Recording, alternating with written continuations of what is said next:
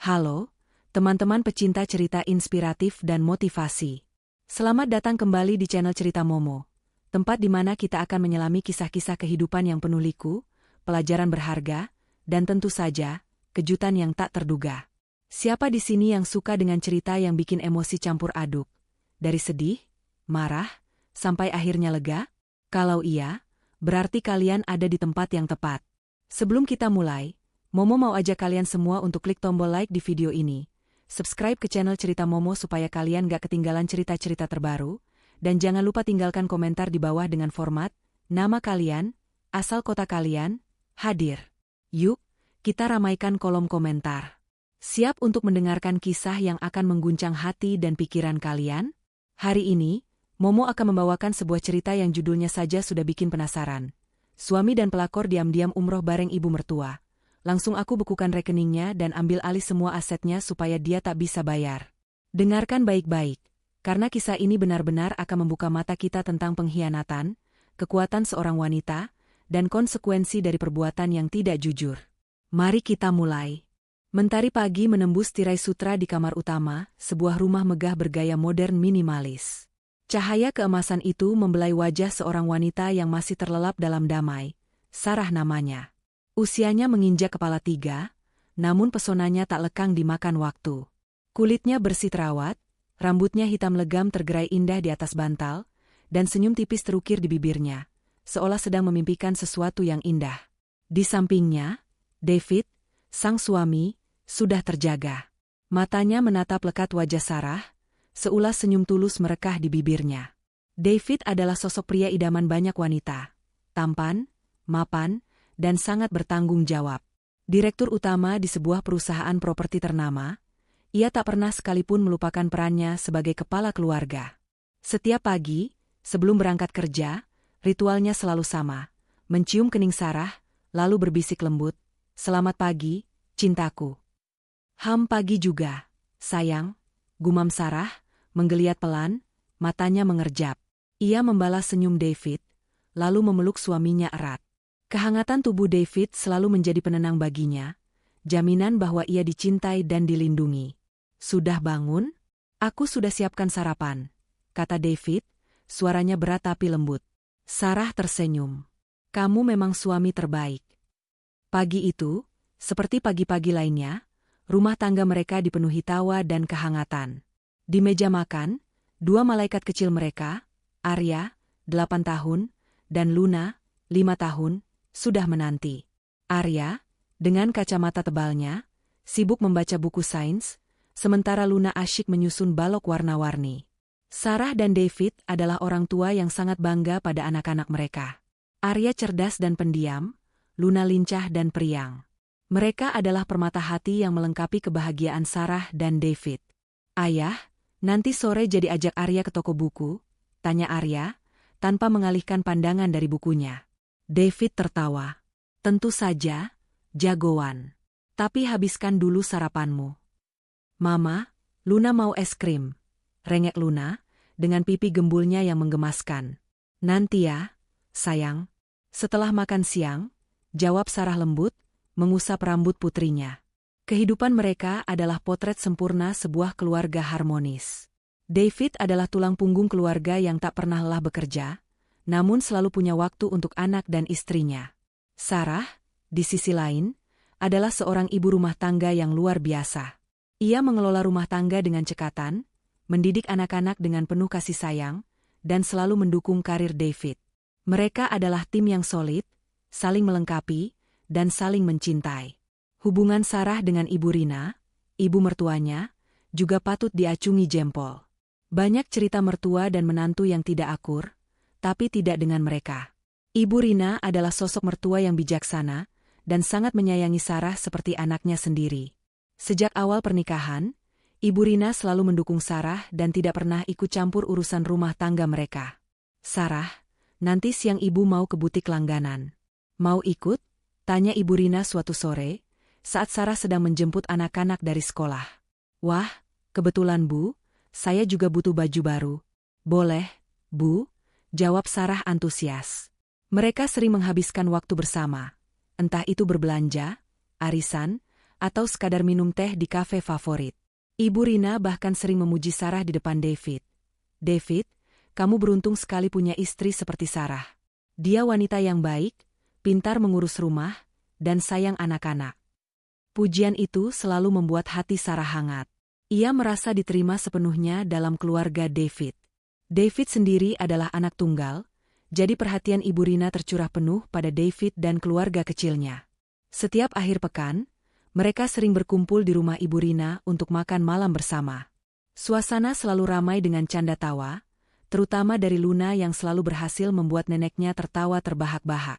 David dan Sarah bertemu di bangku kuliah. David adalah senior yang populer, sedangkan Sarah adalah mahasiswi baru yang cerdas dan pendiam. Cinta mereka tumbuh perlahan, dari pertemanan, lalu persahabatan, hingga akhirnya bersemi menjadi cinta yang mendalam. Setelah lulus, David langsung melamar Sarah. Pernikahan mereka digelar meriah, disaksikan oleh keluarga besar dan teman-teman. "Aku janji, sayang, aku akan selalu mencintaimu, menjagamu, dan membuatmu bahagia," bisik David di telinga Sarah saat resepsi pernikahan mereka. Sarah membalas pelukannya. "Aku juga, David. Aku percaya padamu." Janji itu selalu David tepati. Ia tak pernah sekalipun membuat Sarah kecewa. Setiap ulang tahun pernikahan, David selalu memberikan kejutan romantis. Setiap Sarah sakit, David dengan sigap merawatnya. Ia adalah suami yang pengertian, selalu mendengarkan keluh kesah Sarah, dan memberikan solusi terbaik. Ketika Arya lahir, kebahagiaan mereka berlipat ganda. David adalah ayah yang siaga. Ia tak segan bergadang menjaga Arya yang rewel, mengganti popok, bahkan memandikan bayinya. Sarah sering terharu melihat bagaimana David memperlakukan putra mereka dengan penuh kelembutan. 2 tahun kemudian, Luna lahir, melengkapi kebahagiaan keluarga kecil ini. Rumah yang mereka tinggali adalah hasil kerja keras David. Sebuah rumah mewah dengan taman luas, kolam renang, dan interior yang didesain sesuai selera Sarah. David selalu memastikan Sarah memiliki semua yang ia inginkan.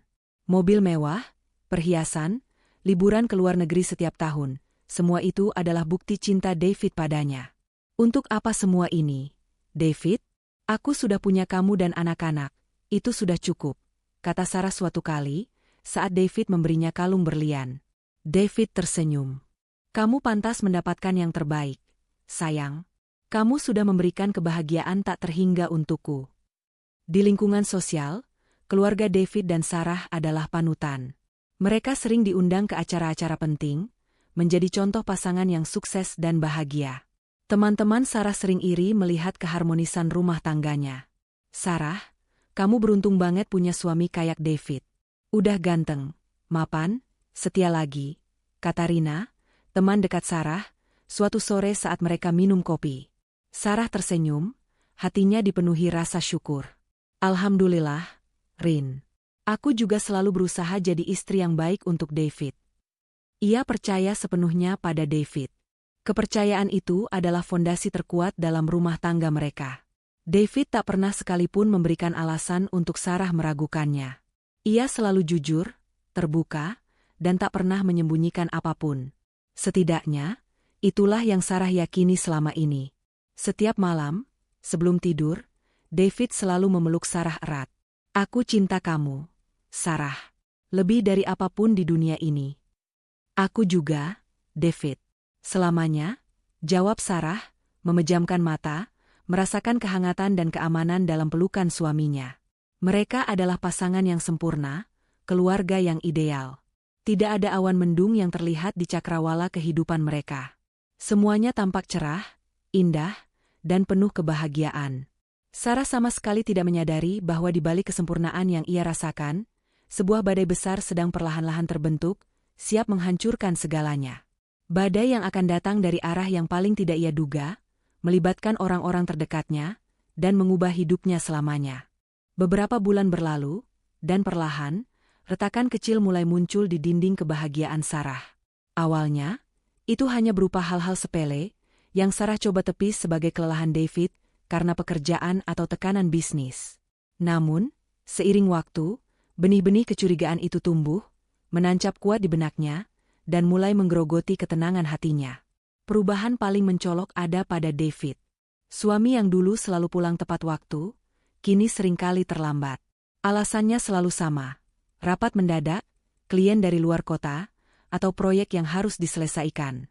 "Maaf, sayang, pekerjaanku sedang padat sekali," ucap David suatu malam, saat Sarah menunggunya hingga larut. Ia memeluk Sarah, tapi pelukan itu terasa sedikit berbeda, seperti ada jarak yang tak terlihat. Ponsel David yang dulu sering tergeletak bebas di meja, kini selalu berada dalam genggamannya. Ia bahkan membawanya ke kamar mandi. Sarah beberapa kali melihat David terburu-buru mengunci layar ponselnya saat ia mendekat, atau bahkan mematikan panggilan masuk dengan ekspresi gugup. "Siapa, sayang?" tanya Sarah suatu kali, saat David dengan cepat mematikan ponselnya.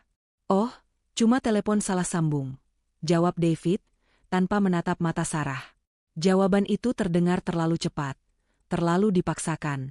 David juga menjadi lebih sensitif. Obrolan ringan yang dulu selalu diresponsnya dengan tawa, kini seringkali berakhir dengan nada ketus atau bahkan kemarahan yang tak beralasan. "Kamu kenapa sih, David?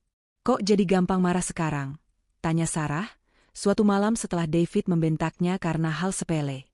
David hanya menghela napas panjang. "Aku cuma capek, Sarah. Tolong mengerti sedikit." Sarah mencoba memahami, tapi hatinya terasa perih. Suami yang dikenalnya seolah berubah menjadi orang lain. Tak hanya David, Ibu Rina pun menunjukkan gelagat yang aneh. Ibu mertua yang dulu selalu terbuka dan ceria, kini seringkali terlihat berbisik-bisik dengan David di telepon. Mereka sering pergi berdua, dengan alasan yang semakin sering dan semakin tidak masuk akal. "Bu, David kemana? Kok tadi pagi buru-buru sekali?" tanya Sarah suatu pagi, saat David sudah berangkat kerja. "Oh, David ada urusan penting dengan ibu. Ada proyek bisnis baru yang harus ibu dan David tangani," jawab Ibu Rina, senyumnya sedikit kaku. Sarah merasa aneh. Proyek bisnis? Bukankah David adalah direktur utama di perusahaan properti? Mengapa Ibu Rina, yang sudah pensiun, harus ikut campur dalam proyek David? Dan mengapa David tidak pernah menceritakan detail proyek ini padanya? Suatu sore, Sarah melihat David dan Ibu Rina pulang bersama dengan mobil David. Mereka terlihat sedang tertawa lepas. Namun begitu melihat Sarah, tawa itu langsung mereda.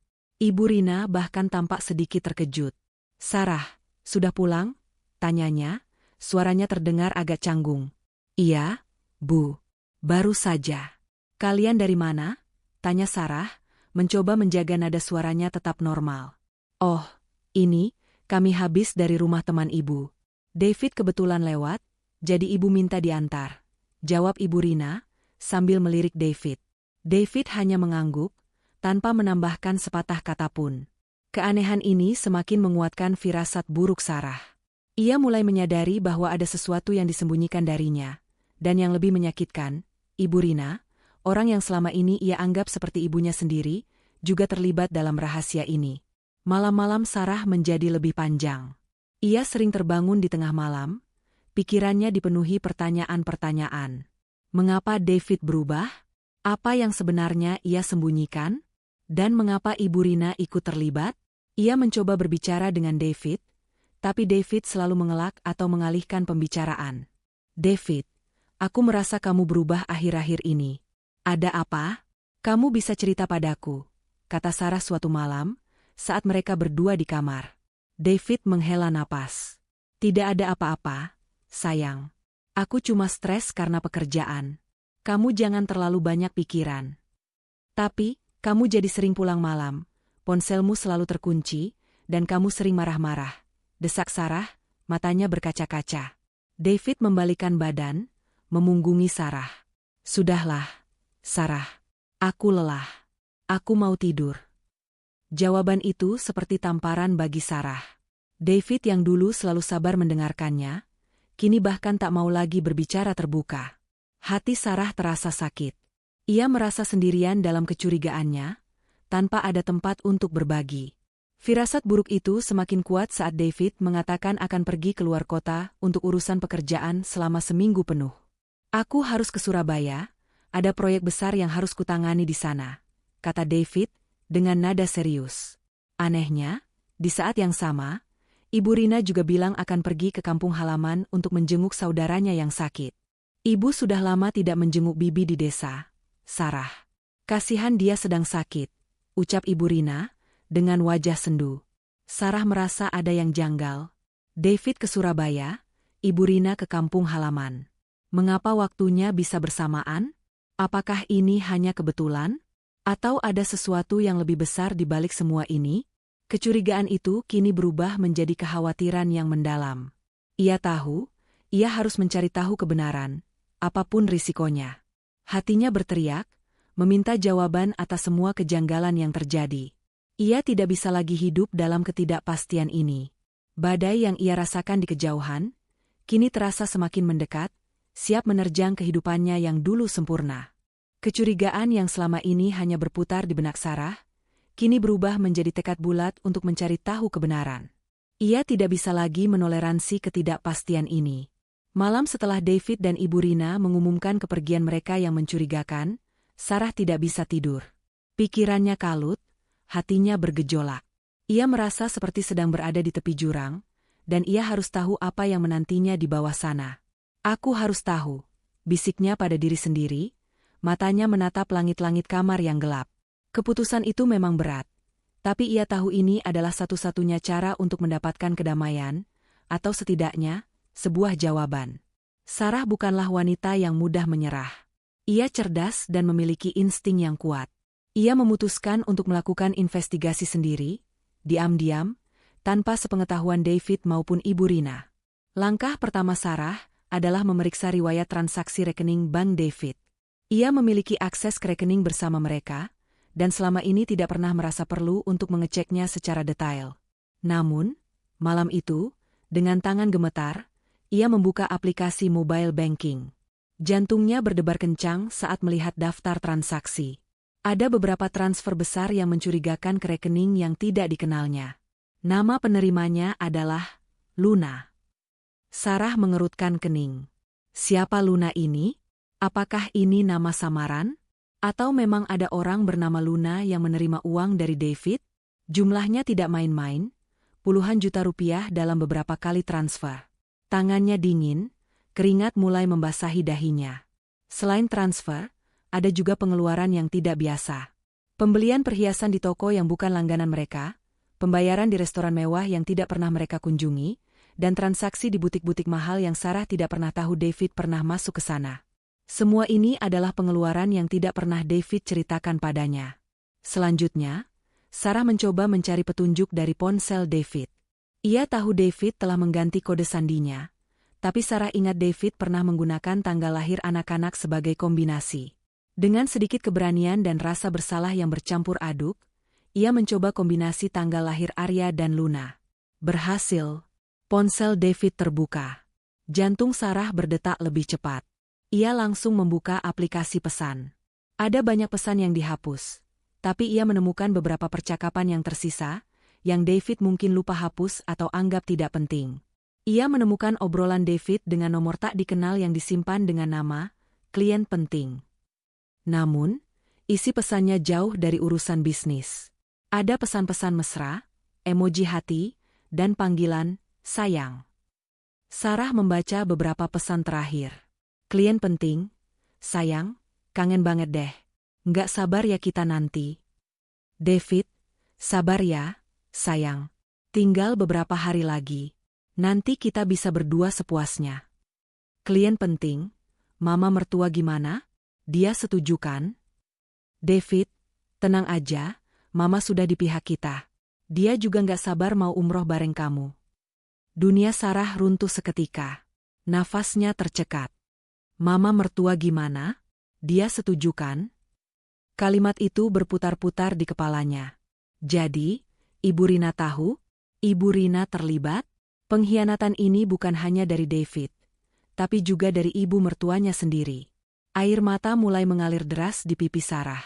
Ia merasa mual, dadanya sesak, seolah ada tangan tak kasat mata yang meremas jantungnya. Ia terus menggulir pesan, mencari nama, Luna. Dan benar saja, ada beberapa pesan dari klien penting yang menyebutkan nama Luna. Ternyata, klien penting itu adalah Luna, wanita yang menerima transferan uang dari David. Sebuah foto profil muncul di salah satu obrolan. Foto seorang wanita muda, cantik, dengan senyum genit. Sarah tidak mengenalnya. Sarah kemudian beralih ke riwayat pencarian David di internet. Ia menemukan pencarian tentang paket umroh VIP, hotel bintang 5 di Mekah, dan biaya umroh untuk 3 orang. Ini semakin memperjelas kecurigaannya tentang umroh bersama. David tidak pernah membicarakan rencana umroh ini dengannya. Padahal ini adalah impian mereka berdua sejak lama. Dengan tangan gemetar, Sarah membuka galeri foto David. Ia menemukan beberapa foto selfie David dengan Luna di berbagai tempat. Ada yang di kafe, di pantai, bahkan di sebuah villa mewah. Di beberapa foto, Luna terlihat memeluk David dengan mesra, dan David membalas pelukan itu dengan senyum lebar.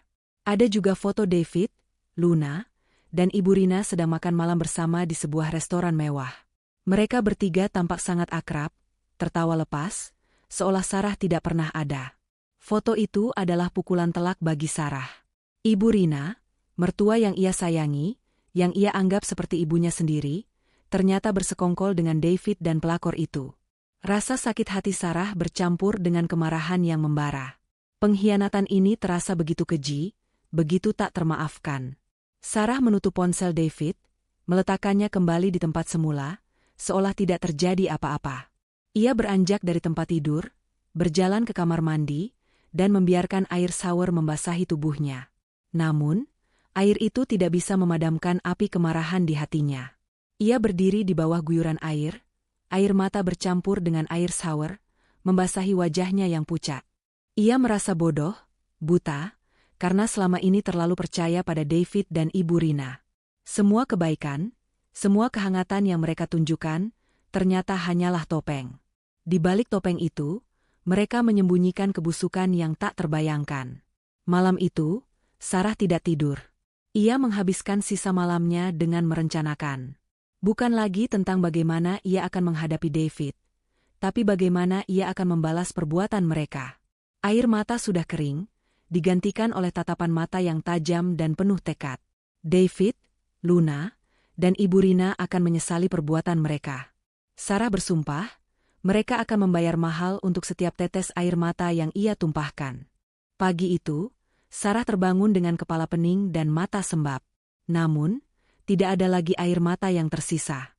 Semalam suntuk ia habiskan untuk mencerna setiap detail pengkhianatan yang baru saja ia temukan. Bukti-bukti yang ia kumpulkan, transferan uang, pesan mesra, riwayat pencarian umroh, dan foto-foto kebersamaan David, Luna, dan Ibu Rina kini tersusun rapi di benaknya, membentuk sebuah gambaran utuh yang mengerikan. Ia merasa seperti baru saja terbangun dari mimpi buruk yang sangat panjang, hanya untuk menyadari bahwa mimpi itu adalah kenyataan pahit yang harus ia hadapi. David, suami yang selama ini ia puja, yang ia percaya sepenuh hati, ternyata adalah seorang penipu. Dan yang lebih menyakitkan, Ibu Rina, mertua yang ia anggap ibu kandung sendiri, adalah kaki tangan dalam sandiwara keji ini. Sarah bangkit dari tempat tidur, melangkah ke cermin. Wajahnya pucat, matanya merah, tapi di balik itu, ada kilatan tekad yang baru. Ia tidak akan membiarkan dirinya hancur. Ia punya anak-anak yang harus ia lindungi, dan ia punya harga diri yang harus ia pertahankan. Pukul 7 pagi, David keluar dari kamar mandi, bersiul riang, seolah tidak ada beban di pundaknya. "Pagi, sayang. Kok sudah bangun?" "Tumben," sapanya, senyumnya mengembang. Sarah hanya membalas dengan senyum tipis yang dipaksakan. Ia tidak ingin David curiga. Belum. Di meja makan, suasana terasa lebih dingin dari biasanya.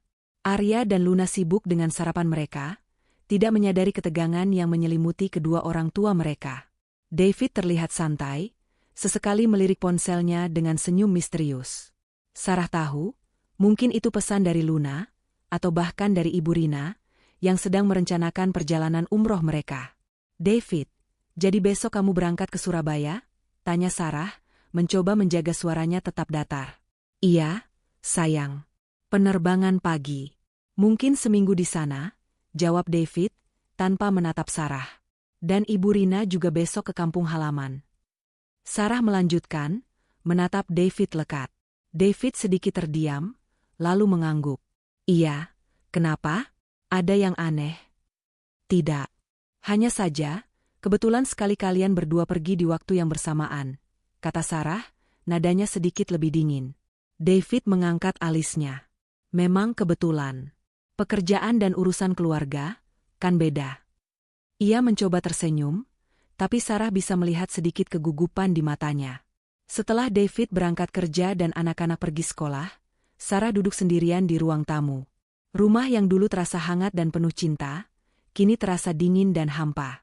Ia memejamkan mata, mencoba menenangkan diri. Namun, bayangan David dan Luna yang berpelukan, serta David, Luna, dan Ibu Rina yang tertawa bersama, terus menghantuinya. Ia mengambil ponselnya, membuka galeri, dan menatap foto-foto bukti pengkhianatan itu lagi. Setiap foto adalah tusukan baru di hatinya. Bagaimana bisa David, pria yang ia cintai, melakukan ini? Bagaimana bisa Ibu Rina, wanita yang ia hormati, bersekongkol dalam kebohongan ini? Pertanyaan-pertanyaan itu berputar di benaknya, tanpa jawaban. Sarah teringat semua janji manis David, semua momen kebersamaan mereka, semua pengorbanan yang telah ia berikan untuk keluarga ini. Semuanya terasa hampa, palsu, dan penuh kepalsuan. Ia merasa bodoh karena begitu mudah percaya, begitu mudah dibohongi. Kemarahan mulai mendidih dalam dirinya. Kemarahan pada David yang berkhianat, pada Luna yang merebut suaminya, dan pada Ibu Rina yang tega membiarkan ini semua terjadi, bahkan ikut serta. Ini bukan hanya perselingkuhan biasa. Ini adalah pengkhianatan yang terencana, yang melibatkan orang-orang terdekatnya. Yang paling menyakitkan adalah rencana umroh. Umroh, sebuah ibadah suci, yang seharusnya dilakukan dengan niat tulus dan hati bersih, justru dijadikan kedok untuk perselingkuhan. David dan Ibu Rina berani membawa Luna, wanita simpanan David, ke tanah suci, seolah tidak ada dosa yang mereka perbuat. Ini adalah puncak kekejian yang tak bisa Sarah terima. Mereka pikir aku bodoh, bisiknya, tangannya mengepal erat. Mereka pikir aku tidak akan tahu. Air mata kembali mengalir, tapi kali ini bukan air mata kesedihan, melainkan air mata kemarahan dan tekad. Sarah tahu, ia tidak bisa lagi berdiam diri. Ia tidak akan membiarkan mereka lolos begitu saja. Mereka harus membayar mahal untuk setiap tetes air mata, dan setiap luka yang mereka torehkan di hatinya. Sarah mulai memikirkan langkah selanjutnya. Ia tidak akan menghadapi David dengan emosi. Ia akan membalas dengan cara yang lebih cerdas, lebih menyakitkan, dan lebih efektif. Ia akan membalas mereka di tempat yang paling mereka hargai, harta dan kekuasaan. Ia teringat semua aset yang mereka miliki, rumah mewah ini, mobil-mobil David, rekening bank bersama, investasi, dan bahkan saham perusahaan David. Semua itu adalah hasil kerja keras mereka berdua, meskipun atas nama David. Sarah tahu, ia memiliki hak atas semua itu. Rencana mulai terbentuk di benaknya. Ia akan membekukan rekening David, mengambil alih semua aset, dan memastikan David tidak punya apa-apa saat ia kembali dari umroh. Ia akan membuat David, Luna, dan Ibu Rina merasakan bagaimana rasanya kehilangan segalanya, bagaimana rasanya hidup dalam penderitaan. Malam itu, Sarah tidak tidur. Ia menghabiskan sisa malamnya dengan menyusun strategi, mengumpulkan semua dokumen penting, dan menghubungi beberapa kenalan yang bisa membantunya. Wajahnya memang terlihat lelah, tapi matanya memancarkan api balas dendam yang membara. Ia siap berperang. Dan kali ini, ia tidak akan kalah. David, Luna, dan Ibu Rina akan menyesali hari mereka berani mengkhianati Sarah. Dini hari menjelang keberangkatan David dan Ibu Rina, Sarah masih terjaga. Ia duduk di meja kerjanya, dikelilingi tumpukan dokumen keuangan, sertifikat aset, dan beberapa lembar kertas berisi catatan strateginya. Tidak ada lagi air mata, hanya ada ketenangan yang menakutkan, seperti permukaan danau yang tenang sebelum badai besar. Keputusan telah bulat. Ia tidak akan membiarkan pengkhianatan ini berlalu begitu saja. Mereka akan tahu siapa Sarah yang sebenarnya. Bisiknya, suaranya serak namun penuh tekad. Sarah tahu, David dan Ibu Rina akan berangkat pagi-pagi sekali. Ini adalah waktu yang sempurna untuk melancarkan serangannya. Ia tidak ingin ada konfrontasi langsung yang emosional. Ia ingin balas dendamnya terasa dingin, terencana, dan mematikan. Langkah pertama yang ia lakukan adalah menghubungi pengacara kepercayaannya, Bapak Budi. Bapak Budi adalah seorang pengacara senior yang sudah lama menangani urusan hukum keluarga Sarah. Ia adalah orang yang sangat profesional dan bisa dipercaya. Sarah meneleponnya tepat pukul 4 pagi. "Maaf, Pak Budi, saya tahu ini sangat pagi, tapi ada hal yang sangat mendesak," ucap Sarah, suaranya berusaha tetap tenang. Bapak Budi, yang terkejut namun sigap, langsung menjawab. "Ada apa, Bu Sarah? Apakah ada masalah serius?" Sarah menjelaskan singkat tentang perselingkuhan David dan keterlibatan Ibu Rina, serta rencana umroh mereka. Ia juga menyebutkan bukti-bukti yang ia miliki, transferan uang, pesan, dan foto-foto. Bapak Budi mendengarkan dengan seksama, sesekali menghela napas. "Jadi, Bu Sarah ingin apa?" tanya Bapak Budi setelah Sarah selesai bercerita. "Saya ingin semua rekening David dibekukan. Semua aset atas namanya, saya ingin ambil alih. Rumah, mobil, investasi, saham perusahaannya. Saya ingin dia tidak punya apa-apa saat kembali dari umroh," kata Sarah, nada suaranya tegas, tanpa keraguan sedikitpun. Bapak Budi terdiam sejenak. "Ini tindakan yang sangat drastis, Bu Sarah. Apakah Anda sudah memikirkannya matang-matang?" "Sudah, Pak. Mereka sudah mengkhianati saya dengan cara yang paling keji. Saya tidak akan membiarkan mereka hidup tenang setelah ini," jawab Sarah, sorot matanya tajam. "Saya ingin ini dilakukan secepat mungkin, sebelum mereka naik pesawat." Bapak Budi mengerti.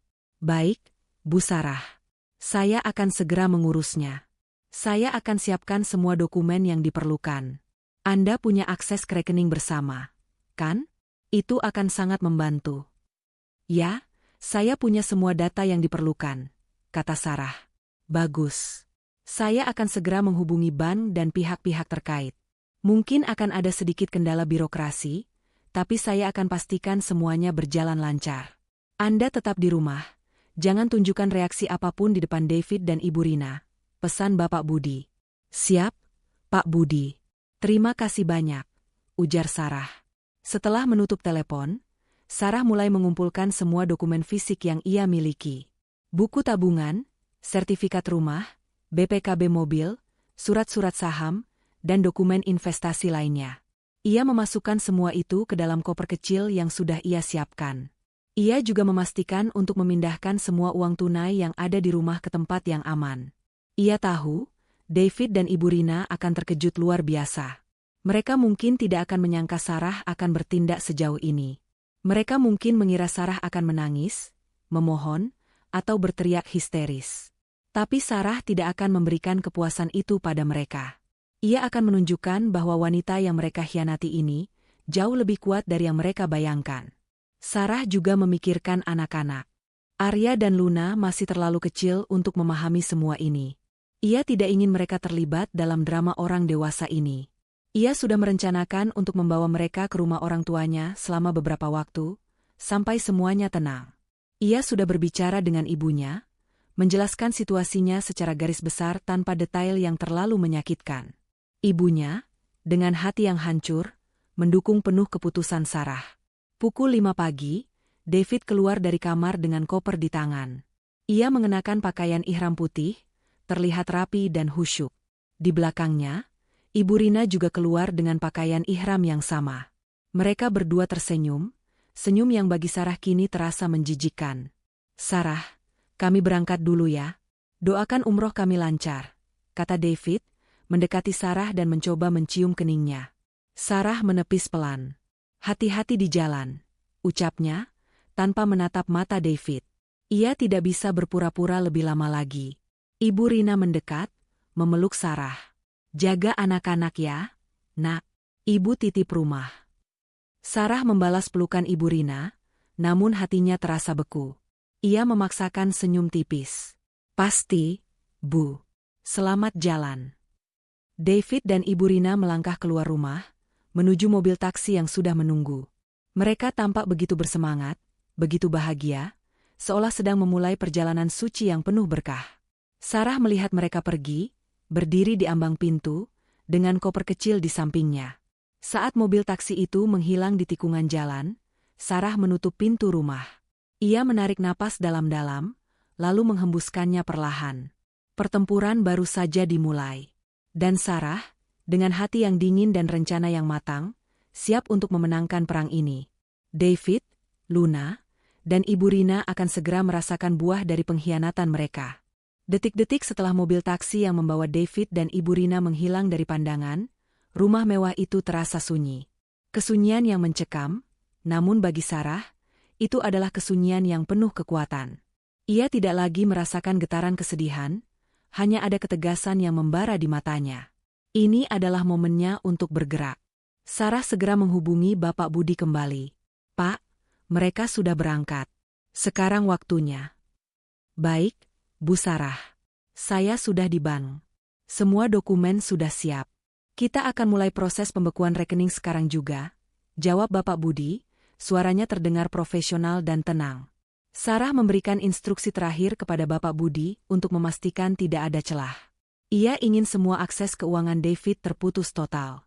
Rekening pribadi, rekening bersama, kartu kredit, semua harus diblokir. Ia juga menginstruksikan Bapak Budi untuk memulai proses pengalihan aset.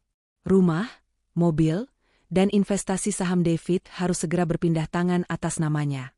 Ia memiliki bukti pernikahan dan hak sebagai istri sah, yang akan sangat mendukung proses ini. Sementara Bapak Budi sibuk mengurus urusan di bank dan kantor hukum, Sarah tidak tinggal diam. Ia mulai mengeksekusi bagian rencananya yang lain. Pertama, ia menelepon agen properti langganannya. "Halo, Pak Arya. Saya ingin menjual rumah ini secepatnya," kata Sarah, suaranya mantap. Pak Arya terkejut. "Menjual rumah? Bu Sarah?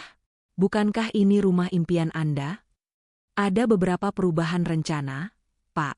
Saya ingin prosesnya cepat dan rahasia." "Saya tidak ingin ada yang tahu dulu," tegas Sarah. Ia tahu, menjual rumah sebesar ini butuh waktu, tapi ia ingin prosesnya dimulai sesegera mungkin. "Baik, Bu Sarah.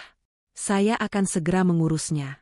Saya akan mulai mencari pembeli potensial dan menyiapkan semua dokumen," jawab Pak Arya, masih sedikit bingung.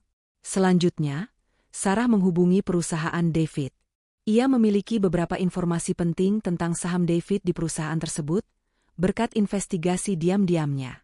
Ia tahu David memiliki saham mayoritas, tetapi ada klausul dalam perjanjian pranikah mereka yang memungkinkan Sarah untuk menuntut sebagian aset jika terjadi perceraian akibat perselingkuhan. Dengan bukti-bukti yang ia miliki, Sarah yakin ia bisa mendapatkan bagian yang signifikan. Ia mengirimkan email ke bagian legal perusahaan David, melampirkan beberapa dokumen yang ia kumpulkan, termasuk bukti transfer dan foto-foto David dengan Luna. Ia tidak menuliskan detail, hanya sebuah pesan singkat yang mengindikasikan adanya masalah serius terkait kepemilikan saham David dan potensi gugatan hukum. Di tengah kesibukannya, Sarah tidak melupakan anak-anaknya. Ia sudah menghubungi ibunya, yang dengan sigap datang menjemput Arya dan Luna. "Mama, kita mau kemana?" tanya Luna, dengan mata berbinar. "Kita mau liburan di rumah nenek sebentar, sayang," jawab Sarah, memeluk kedua anaknya erat. Ia berusaha tersenyum, menyembunyikan badai di hatinya. "Asyik. Nenek pasti sudah siapkan banyak kue," seru Arya, bersemangat. Sarah mengantar anak-anaknya ke mobil ibunya. Ia melihat mereka pergi, melambaikan tangan, dan merasakan sedikit kelegaan. Setidaknya, anak-anaknya aman dan jauh dari kekacauan yang akan segera terjadi. Kembali ke rumah yang kini benar-benar kosong, Sarah mulai mengemasi barang-barang pribadinya. Hanya barang-barang esensial dan kenangan berharga yang ia bawa. Gaun pengantinnya, album foto keluarga, beberapa perhiasan peninggalan ibunya, dan mainan kesayangan anak-anak.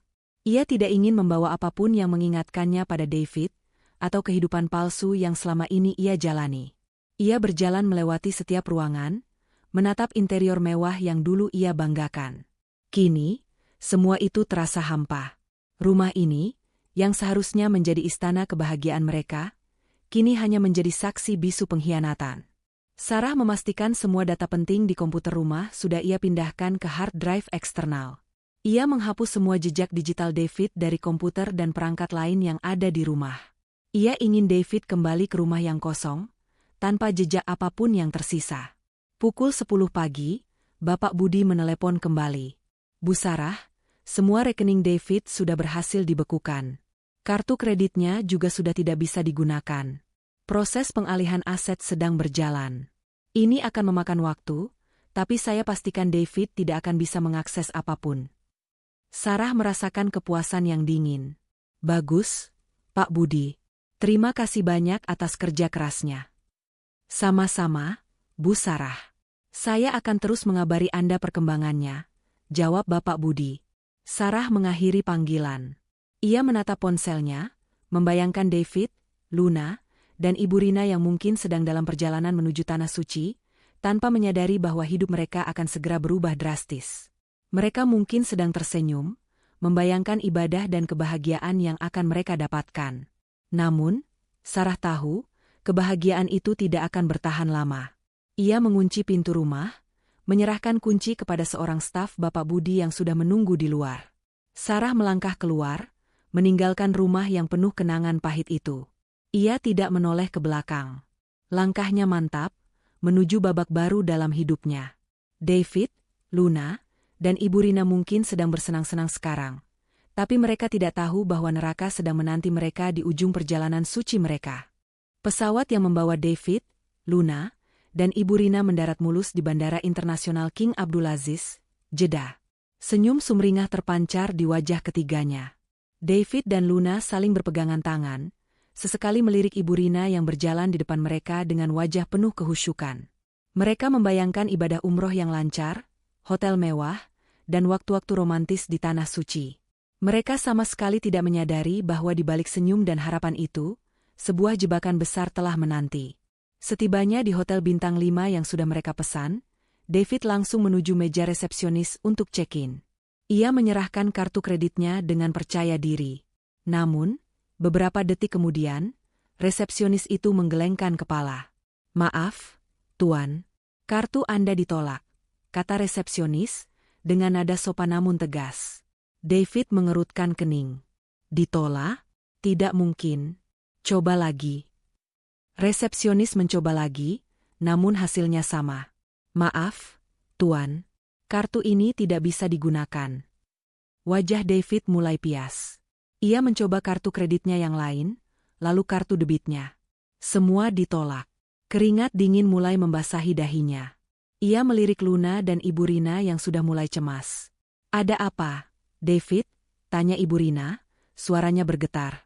"Tidak tahu, Bu. Kartu-kartu saya tidak bisa digunakan," jawab David, mulai panik. Luna, yang biasanya tenang dan genit, kini ikut menunjukkan raut khawatir. "Bagaimana ini, sayang? Kita tidak bisa masuk hotel kalau begini." David mencoba menghubungi banknya, namun panggilannya tidak tersambung. Ia mencoba menghubungi asisten pribadinya, namun ponselnya mati. Seluruh saluran komunikasi David seolah terputus. "Mungkin ini cuma gangguan jaringan." David, hibur Ibu Rina, mencoba menenangkan diri sendiri. "Coba cari ATM, kita tarik tunai saja." David mengangguk, mencoba meyakinkan dirinya sendiri. "Iya, mungkin begitu." Mereka bertiga berjalan mencari ATM terdekat. Jantung David berdebar kencang. Ia memasukkan kartu debitnya ke mesin ATM, lalu mencoba menarik uang. Layar ATM menunjukkan pesan, transaksi tidak dapat diproses. Saldo tidak mencukupi. David menatap layar itu dengan nanar. Saldo tidak mencukupi? Tidak mungkin. Rekeningnya selalu penuh. Ia mencoba lagi, dan lagi, namun hasilnya tetap sama. Ia mencoba memeriksa saldo, dan yang ia lihat adalah angka 0 besar. "Tidak mungkin. Ini tidak mungkin." David berteriak, suaranya tertahan. Luna dan Ibu Rina terkejut melihat reaksi David. Mereka mendekat, melihat layar ATM, dan wajah mereka ikut memucat. Rekening David benar-benar kosong. Kepanikan mulai merayap di antara mereka. Mereka hanya memiliki sedikit uang tunai yang sempat David tarik di ATM sebelum berangkat, sekitar beberapa juta rupiah. Jumlah itu tidak cukup untuk biaya hotel, transportasi, apalagi untuk kebutuhan selama umroh. "David, bagaimana ini? Kita mau tidur di mana? Kita mau makan apa?" tanya Luna, suaranya mulai meninggi. Kecantikan di wajahnya kini digantikan oleh ekspresi ketakutan. Ibu Rina, yang biasanya tenang, kini terlihat sangat cemas. David, apa yang terjadi? Kenapa semua uangmu hilang? David menggelengkan kepala, pikirannya kalut.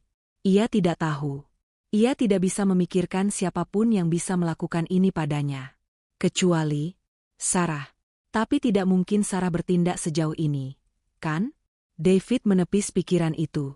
Mereka akhirnya terpaksa mencari penginapan yang jauh lebih murah, bahkan cenderung kumuh, jauh dari hotel bintang 5 impian mereka. Uang tunai yang mereka miliki hanya cukup untuk beberapa malam di penginapan seadanya. Makanan pun harus mereka hemat, hanya bisa makan di warung-warung kecil. Umroh yang seharusnya menjadi perjalanan spiritual yang khusyuk, kini berubah menjadi mimpi buruk yang penuh penderitaan dan kebingungan. Mereka tidak bisa fokus beribadah. Pikiran mereka terus dipenuhi kekhawatiran tentang uang, makanan, dan tempat tinggal. Setiap kali mereka mencoba menggunakan kartu atau menarik uang, hasilnya sama, ditolak. David mencoba meminjam uang dari teman-teman atau rekan bisnisnya, namun tidak ada yang bisa dihubungi atau merespons pesannya. Seolah-olah mereka bertiga terisolasi dari dunia luar. Luna mulai mengeluh. Sayang, aku tidak tahan lagi. Ini bukan umroh yang kubayangkan. Panas, kotor, dan kita tidak punya uang. Aku mau pulang. Ibu Rina juga mulai menunjukkan tanda-tanda kelelahan dan kekesalan. David, ini semua gara-gara kamu. Kenapa kamu tidak mengecek rekeningmu sebelum berangkat? David merasa terpojok. Ia tidak bisa menyalahkan siapapun kecuali dirinya sendiri. Ia tahu, ini pasti ulah Sarah. Hanya Sarah yang memiliki akses ke rekeningnya dan cukup pintar untuk melakukan semua ini. Tapi bagaimana caranya? Dan mengapa Sarah begitu kejam? Di tengah keramaian Masjidil Haram, David, Luna, dan Ibu Rina tampak seperti orang-orang tersesat. Mereka tidak bisa menikmati ibadah, tidak bisa fokus berdoa. Kekhawatiran akan uang dan masa depan mereka terus menghantui. Mereka hanya bisa memegang sebagian kecil uang tunai yang tersisa, yang semakin menipis setiap harinya. Perjalanan umroh yang seharusnya membawa berkah dan ketenangan, kini justru membawa mereka pada kehancuran dan kebingungan yang tak terhingga. Mereka tidak tahu bagaimana caranya pulang, atau apa yang akan terjadi pada mereka setelah ini. Yang jelas, kemewahan dan kenyamanan yang dulu mereka nikmati, kini hanyalah kenangan pahit yang jauh di belakang. Hari-hari di Tanah Suci terasa seperti neraka bagi David, Luna, dan Ibu Rina. Setiap langkah yang mereka ambil terasa berat, setiap ibadah yang mereka lakukan terasa hampa. Mereka tidak bisa fokus. Pikiran mereka terus dipenuhi kekhawatiran tentang uang dan bagaimana caranya bertahan hidup. Uang tunai yang mereka miliki semakin menipis, dan mereka mulai kelaparan. Luna, yang terbiasa hidup mewah, kini sering menangis dan mengeluh. Aku tidak mau lagi di sini, David. Ini bukan umroh, ini penyiksaan.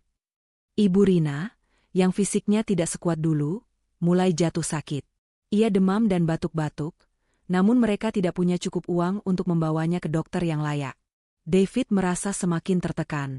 Ia mencoba menghubungi siapa saja yang ia kenal, memohon bantuan, namun tidak ada yang bisa dihubungi atau merespons. Nomor-nomor yang dulu aktif, kini seolah menghilang.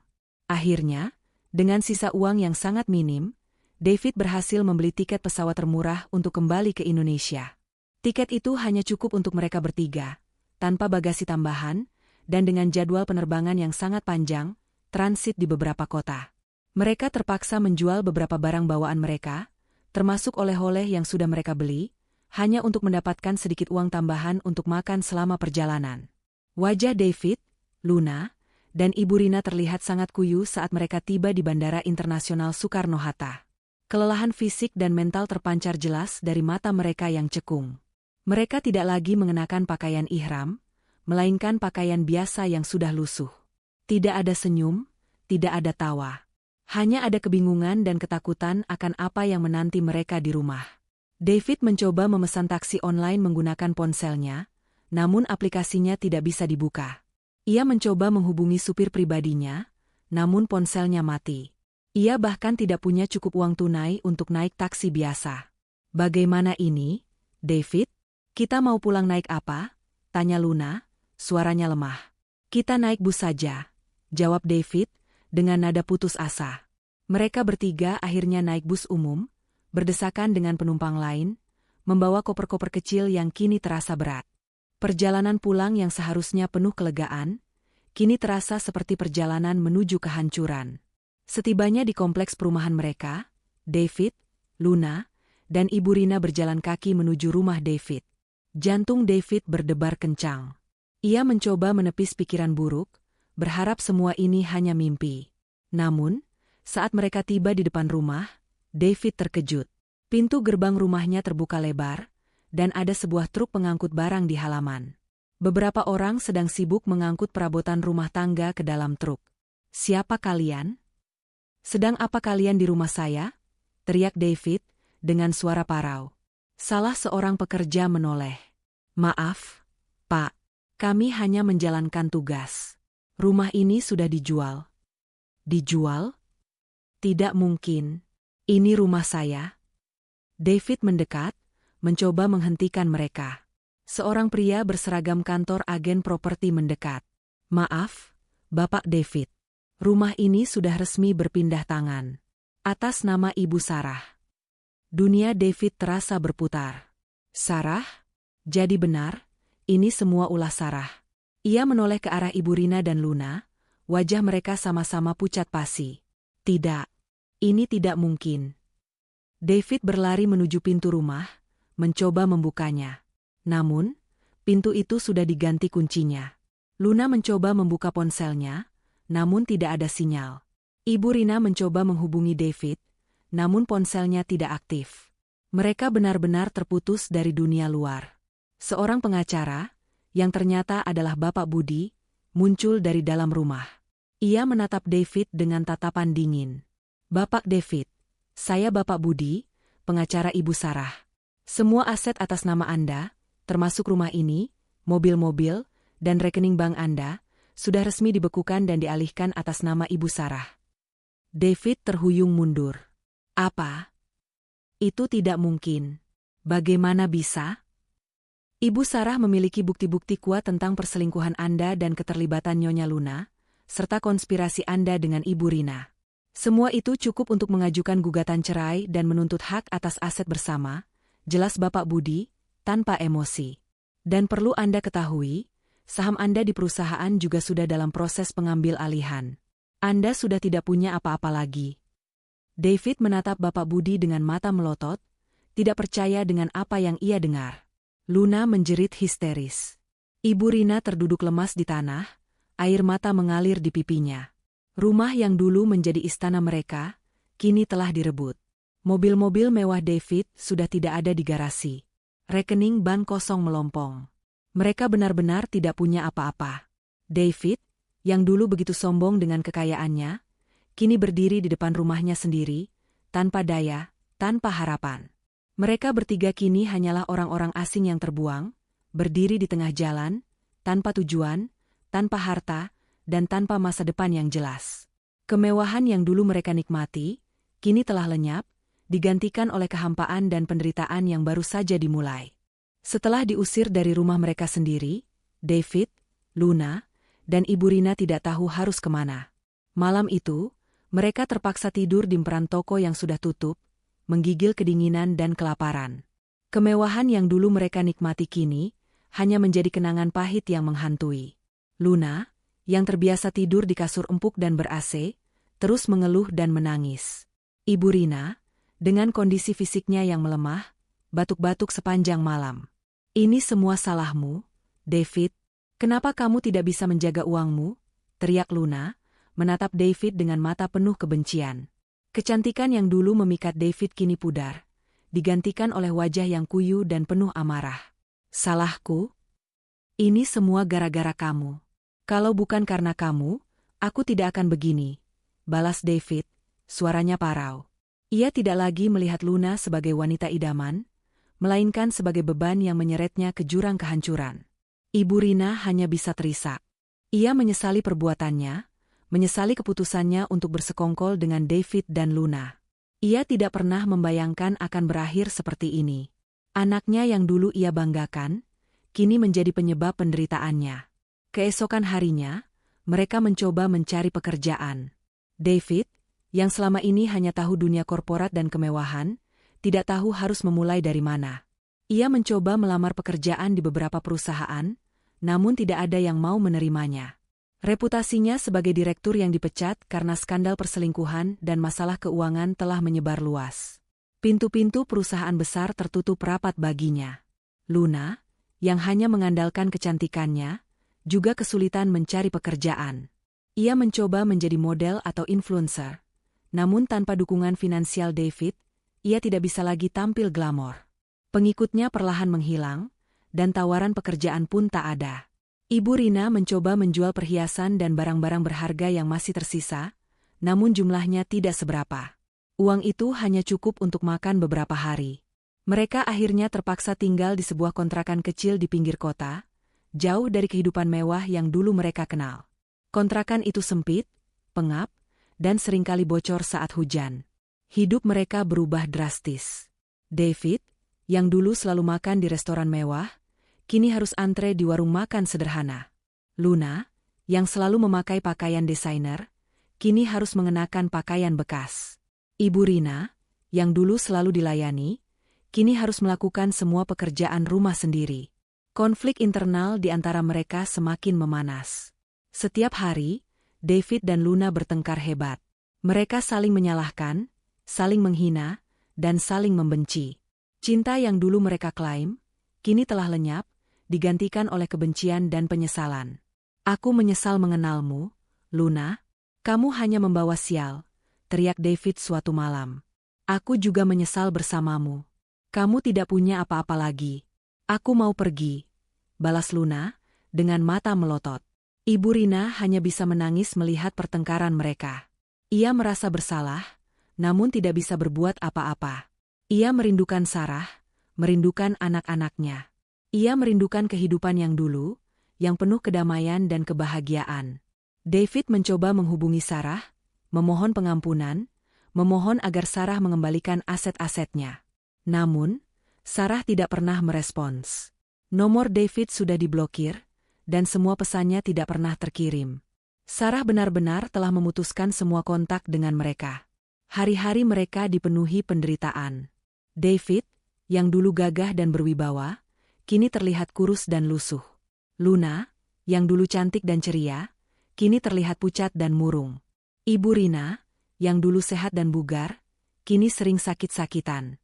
Mereka sering melihat berita tentang Sarah di televisi atau media sosial. Sarah kini menjadi wanita karir yang sukses, membangun bisnisnya sendiri, dan hidup bahagia bersama anak-anaknya. Kontras dengan kehidupan mereka yang hancur, kehidupan Sarah justru semakin bersinar. Penyesalan itu datang terlambat. David, Luna, dan Ibu Rina kini menyadari betapa berharganya apa yang telah mereka sia-siakan. Mereka telah mengkhianati kepercayaan, menghancurkan sebuah keluarga, dan kini mereka harus membayar mahal untuk semua perbuatan mereka. Hidup mereka kini hanyalah cerminan dari dosa-dosa yang mereka perbuat, penuh penderitaan, penyesalan, dan tanpa harapan.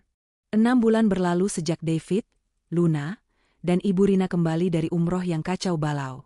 Bagi Sarah, 6 bulan itu adalah masa transisi yang penuh tantangan, namun juga penuh dengan kekuatan dan harapan baru. Ia tidak lagi hidup dalam bayang-bayang pengkhianatan.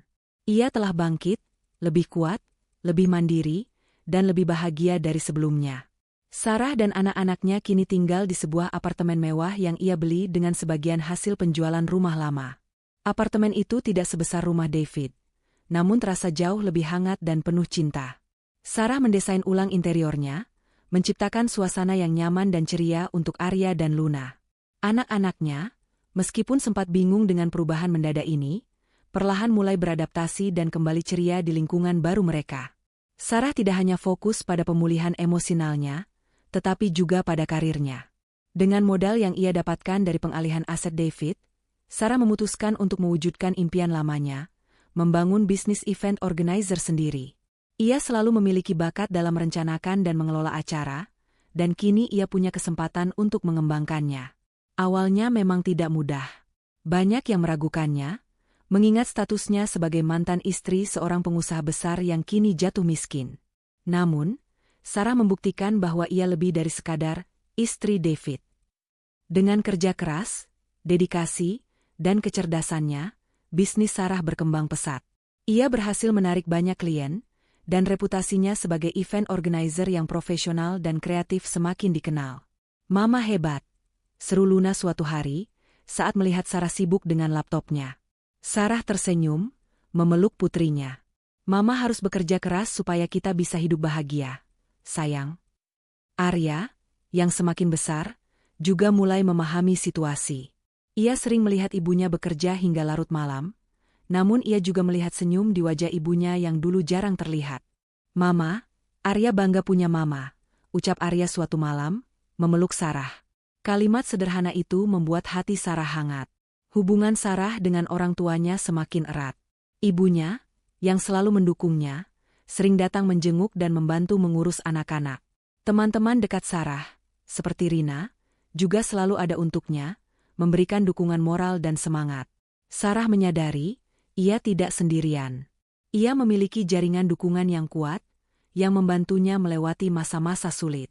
Sarah tidak pernah mencari tahu lagi tentang David, Luna, dan Ibu Rina. Ia tidak ingin lagi membuang energi untuk orang-orang yang telah menyakitinya. Namun, sesekali, ia mendengar kabar dari teman-teman atau media sosial. David, yang dulu gagah dan berwibawa, kini bekerja serabutan. Luna,